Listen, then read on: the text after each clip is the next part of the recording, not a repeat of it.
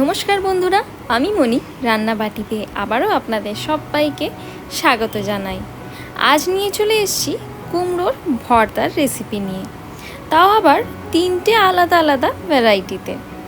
নিজেদের ব্যস্ত দিনগুলোতে সামান্য চটজলদি কিছু রান্না, হেলদি অথচ হালকা এবং সুস্বাদু, কার না খেতে ভালো লাগে। চলুন তাহলে আজকের এই কুমড়ো ভর্তার রেসিপি আমরা শুরু করে নিই। তবে প্রথমেই বলে দিই, এই তিনটে রান্না একই আনাজ মানে কুমড়ো দিয়ে তৈরি হলেও কিন্তু খুবই ভিন্ন স্বাদের তৈরি হয়। এই রান্নায় সবার প্রথমে আমি 250 গ্রাম পরিমাণে কুমড়ো নিয়ে নিয়েছি, আর কুমড়োগুলোকে আমি এরকম পাতলা পাতলা স্লাইসে কেটে নিয়েছি। আমি কিন্তু তিনটে কুমড়োর ভর্তাই ঠিক এই পরিমাণ কুমড়ো দিয়েই তৈরি করে নেব। প্রথমে আমি 2/3 পরিমাণে কুমড়ো স্লাইস আমি এখানে নিয়ে নিলাম,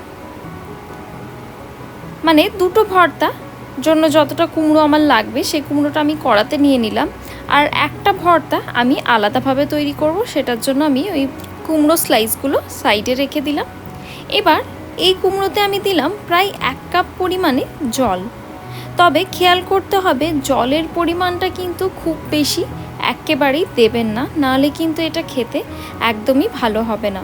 এবার দিতে হবে পরিমাণ মতো নুন। এবার সব কিছুকে খুব ভালোভাবে মিশিয়ে নিতে হবে।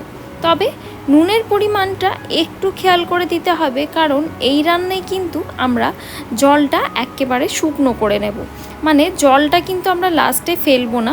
তাই জন্য নুনটা একটু ভেবেচিন্তে দেবেন।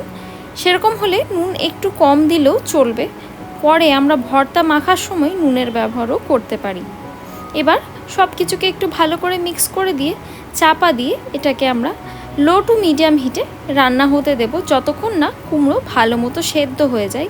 মোটামুটি কুমড়ো যতক্ষণ সেদ্ধ হচ্ছে ততক্ষণে আমরা কটা প্রিপারেশন করে নেব আমাদের ভর্তার জন্য। প্রথমেই একটা পেঁয়াজ আমি নিয়ে নিয়েছি, যার অর্ধেকটা ভাগ আমি ঠিক এভাবে স্লাইস করে নিচ্ছি। এরকম পাতলা পাতলা কিন্তু আপনারাও স্লাইস করে নেবেন। একটা গোটা পেঁয়াজের প্রায় 3/4 পার্ট আমরা কিন্তু এরকম পাতলা পাতলা স্লাইস করে নেব, আর 1/4 পার্ট আমাদের ঠিক এভাবে কুচিয়ে নিতে হবে। সাথে একটা কাঁচা লঙ্কাও কুচিয়ে নিচ্ছি। তবে ঝালের পরিমাণটা আপনারা আপনাদের ইচ্ছে মতো কম বেশিও করতে পারেন। সবকটা প্রিপারেশন আমার এখানে হয়ে গেছে। এবার একবার এই কড়ার চাপাটা খুলে নিচ্ছি। ওভেনের হিট অফ করে দিলাম, কারণ জল কিন্তু খুব ভালো মতো শুকনো হয়ে গেছে। এবার এই পর্যায়ে নিশ্চয়ই দেখতে পাচ্ছেন কুমড়োও ঠিক কিভাবে ভালো মতো সেদ্ধ হয়ে গেছে। এরকমই কিন্তু আমাদের কুমড়োটা সেদ্ধ করে নিতে হবে। কুমড়ো সেদ্ধ করার পর যদি জল ফেলে দেওয়া হয় বা কুমড়ো যদি প্রেশার কুক করে সেদ্ধ করা হয়, সেক্ষেত্রে কুমড়োর স্বাদ ও নিউট্রিশন দুটোই চলে যায়। তবে এভাবে সেদ্ধ করে রান্না করে একবার খেয়ে দেখবেন, স্বাদ কিন্তু দারুণ থাকে। এবার এই পুরো কুমড়োটাই আমি ট্রান্সফার করে নেব একটা প্লেটের মধ্যে। এই কুমড়োটা দিয়ে আমি মোট দুটো ভর্তা তৈরি করব। আপনারাও ঠিক গরম থাকা অবস্থাতেই কিন্তু কুমড়োটা এভাবে হালকা একটু ম্যাশ করে নেবেন। এবার কুমড়োর ভর্তা তৈরি করবার আগে প্রথমে কড়াতে দিয়ে দিলাম প্রায় 2 টিস্পুনের মতো সর্ষের তেল। এই রান্নাটা সর্ষের তেলেই ভালো লাগবে। এবার দিয়ে দিলাম বাকি কুমড়োটা। এই কুমড়োটা দিয়ে আমরা কিন্তু আমাদের থার্ড ভর্তাটা তৈরি করব।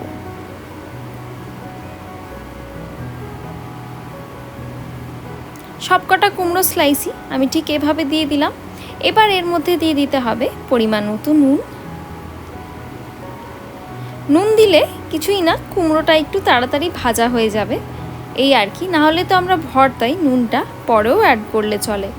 এবার সব কিছুকে ভালো করে একটু নাড়াচাড়া করে নিতে হবে, যাতে করে কুমড়োগুলোর গায়ে নুনটা বেশ ভালো মতো মাখা মাখা হয়ে যায়। এবার চাপা দিয়ে আমরা এটাকে একেবারে লো হিটে ভাজতে দেব প্রায় 5 থেকে 7 মিনিটের জন্য। আর ততক্ষণে আমরা আমাদের এইদিকে ভর্তাটা কিন্তু তৈরি করে নেব। এভাবে একটা কাঁটা চামচের সাহায্যে আমাদের ভর্তাটাকে ভালো মতো একটু চটকে চটকে মেখে নিতে হবে। যেহেতু কুমড়োটা এখন খুবই গরম, তাই জন্য আমি এভাবে কাঁটা চামচের সাহায্যে করছি। তবে আপনারা চাইলে হাত দিয়েও করে নিতে পারেন।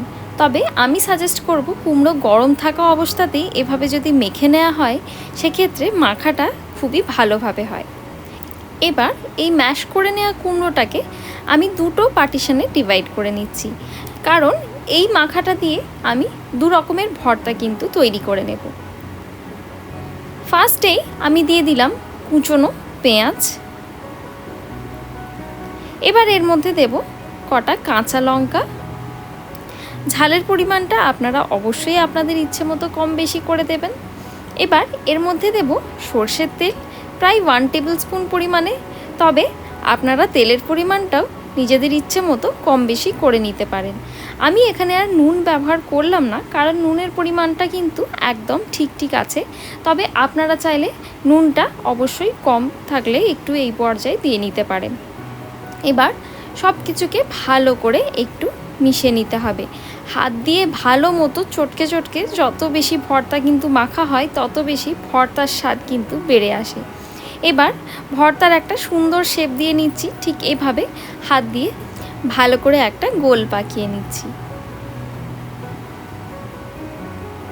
তাহলেই কিন্তু আমাদের ভর্তা নাম্বার 1 একদম কমপ্লিট। এই পর্যায়ে কড়ার লিড ওপেন করে নিয়ে এই কুমড়োগুলোকে আমাদের একটু উল্টে নিতে হবে, যাতে করে অপর দিকটাও ভালো মতো ভাজা হয়ে যায়।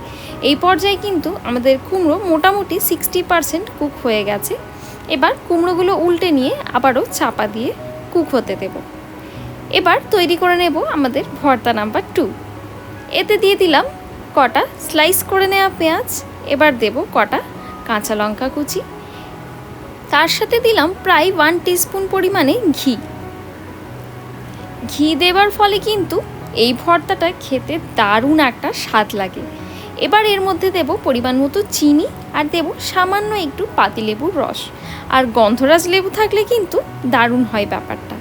এবার সব কিছুকে হাতের সাহায্যে খুব ভালো মতো মেখে নিতে হবে, যাতে করে চিনিটাও বেশ ভালো মতো এই কুমড়োর সাথে মাখানো হয়ে যায়।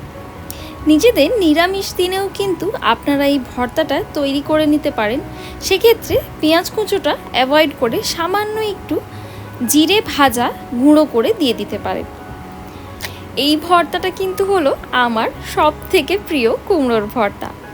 এবার হাত দিয়ে ভালো করে এই ভর্তাটাকেও আমাদের কিন্তু পাকিয়ে একটা ভালো মতো গোল শেপ দিয়ে নিতে হবে।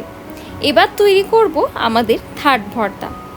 কুমড়ো কিন্তু এই পর্যায়ে ভালো মতো সেদ্ধ হয়ে গেছে। সবকটা কুমড়োকে আমি এই তেল থেকে তুলে নিয়ে প্লেটে রেখে নেব।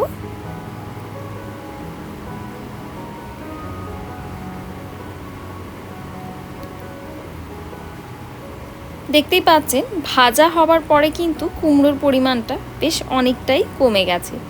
এবার এই একই তেলে দিয়ে দিলাম একটা শুকনো লঙ্কা। এবার শুকনো লঙ্কাটা দেওয়ার পর সামান্য একটু নাড়াচাড়া করে নিলাম, যাতে লঙ্কাটা ভালো মতো ভাজা হয়ে যায়। এবার দিয়ে দিলাম কটা রসুনের কোয়া।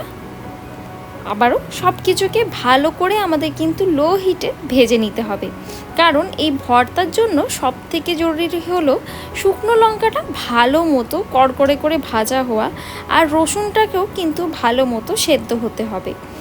ওপর থেকে পুড়ে যাওয়া আর ভেতর থেকে কাঁচা থেকে গেলে কিন্তু একদমই চলবে না। যখন দেখবেন ভালো মতো রসুনও সেদ্ধ হয়ে গেছে আর ভালো একটা কালার এসে গেছে, তখন অ্যাড করে দিলাম স্লাইস করে নেওয়া পেঁয়াজটা দেবার পর আবারও ভালো করে একটু নাড়াচাড়া করে নেব, যাতে করে পেঁয়াজের গায়ে একটা হালকা গোল্ডেন কালার এসে যায়। তবে পেঁয়াজ খুব বেশি আমরা লাল করে ভাজবো না, হালকা একটু পেঁয়াজে কচকচে ভাব থাকলে কিন্তু ভালো হয়। এই পর্যায়ে অ্যাড করলাম পরিমাণ মতো নুন, আর সামান্য একটু কাঁচা লঙ্কা দিয়ে দেব।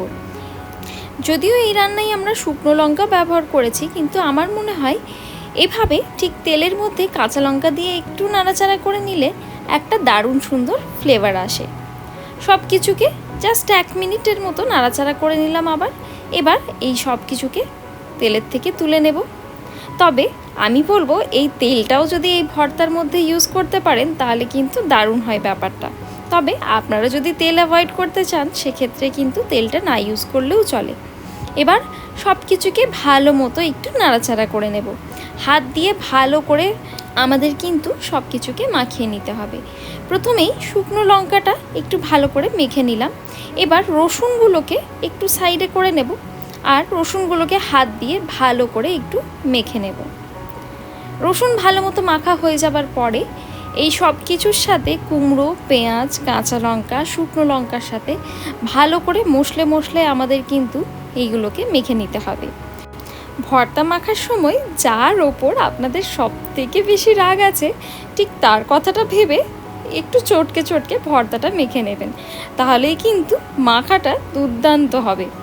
যাই হোক, ভর্তা কিন্তু যত বেশি মশলে মাখা হয় তত বেশি এর স্বাদটা বেড়ে আসে। এবার সব কিছুকে ভালো করে মাখিয়ে নিয়ে এভাবে একটা হাতের সাহায্যে আবারও একটা গোল পাকিয়ে নেব। তাহলেই কিন্তু আমাদের 3 নম্বর ভর্তাও একদম তৈরি। আপনাদের বাড়িতে ঠিক কিভাবে কুমড়োর ভর্তা তৈরি হয় আমাকে কমেন্টসে অবশ্যই জানাবেন। আশা করছি আপনাদের আজকের রেসিপি ভালো লেগে থাকবে। ভালো লেগে থাকলে লাইক, শেয়ার, সাবস্ক্রাইব করবেন। দেখা হবে আবারও একটা নতুন রেসিপি নিয়ে। ততক্ষণের জন্য ধন্যবাদ। Happy cooking.